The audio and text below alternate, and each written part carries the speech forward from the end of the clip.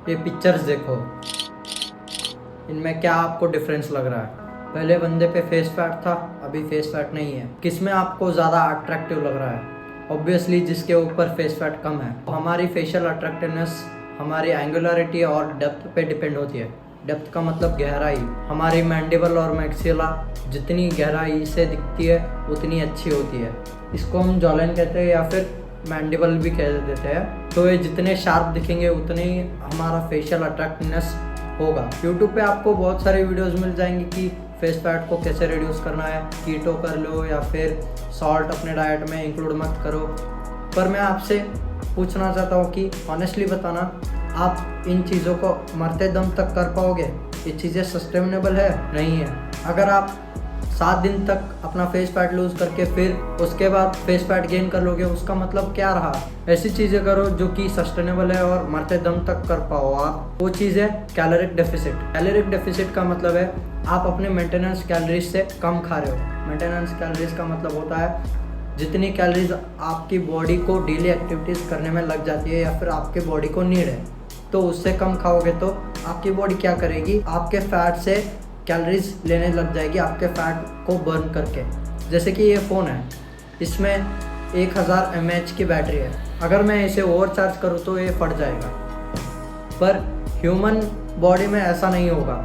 हमारी बॉडी एक बैटरी की तरह नहीं वर्क करती है, पर क्या करती है, फैट की तरह स्टोर कर लेती है एक्स्ट्रा कैलोरीज को अगर आप ओवर ईटिंग करोगे तो। वहीं पे अगर एक फ़ोन को कम चार्ज किया जाएगा तो वो जल्दी डेड हो जाएगा, पर बॉडी में वैसा केस नहीं है।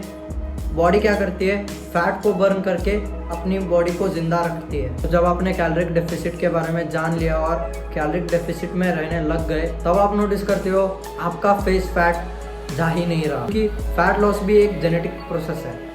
देखो, किसी बंदों पे जल्दी से फेस फैट चला जाता है, पर यहाँ पे स्टमक पे फैट रह जाता है या फिर लव हैंडल्स पे रह जाता है। पर किसी बंदों पे यहाँ पे स्टमक फैट जल्दी से चला जाता है पर फेस फैट रहता है। आपकी जेनेटिक्स ऐसे होंगी कि फेस पे फैट चढ़ेगी पहले, फिर उसके बाद कहीं और चढ़ेगी।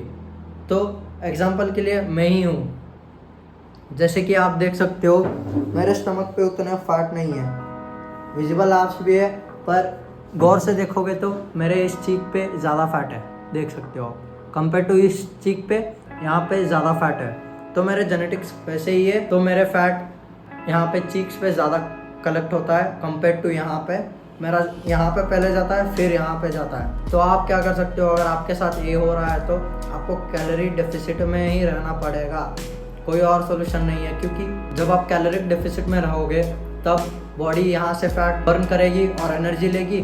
जब यहाँ का फैट ख़त्म हो जाएगा तब बॉडी को यहाँ से फैट बर्न करना ही होगा, कभी तो करेगा ही। कभी ना कभी एक दिन बॉडी फेस फैट को बर्न करके एनर्जी को लेगा ही लेगा और एक दिन आपका फेस फैट भी चला जाएगा। तो कोई दिक्कत वाली बात नहीं है।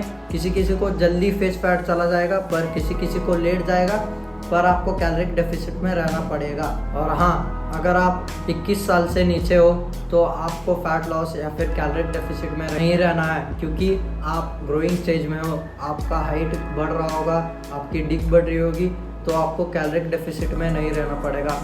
आप अभी बल्क कर लो, फिर 21 साल के बाद है ही है फैट लॉस करना, तो आराम से कर सकते हो। या फिर आप कर सकते हो जी फ्लक्स। जी फ्लक्स क्या है, मैं उस पर एक वीडियो बनाऊंगा, पर ब्रीफली आप समझोगे तो आप जितना कैलोरीज खा रहे हो उससे ज़्यादा आपको बर्न करना होगा। And that's it, love you.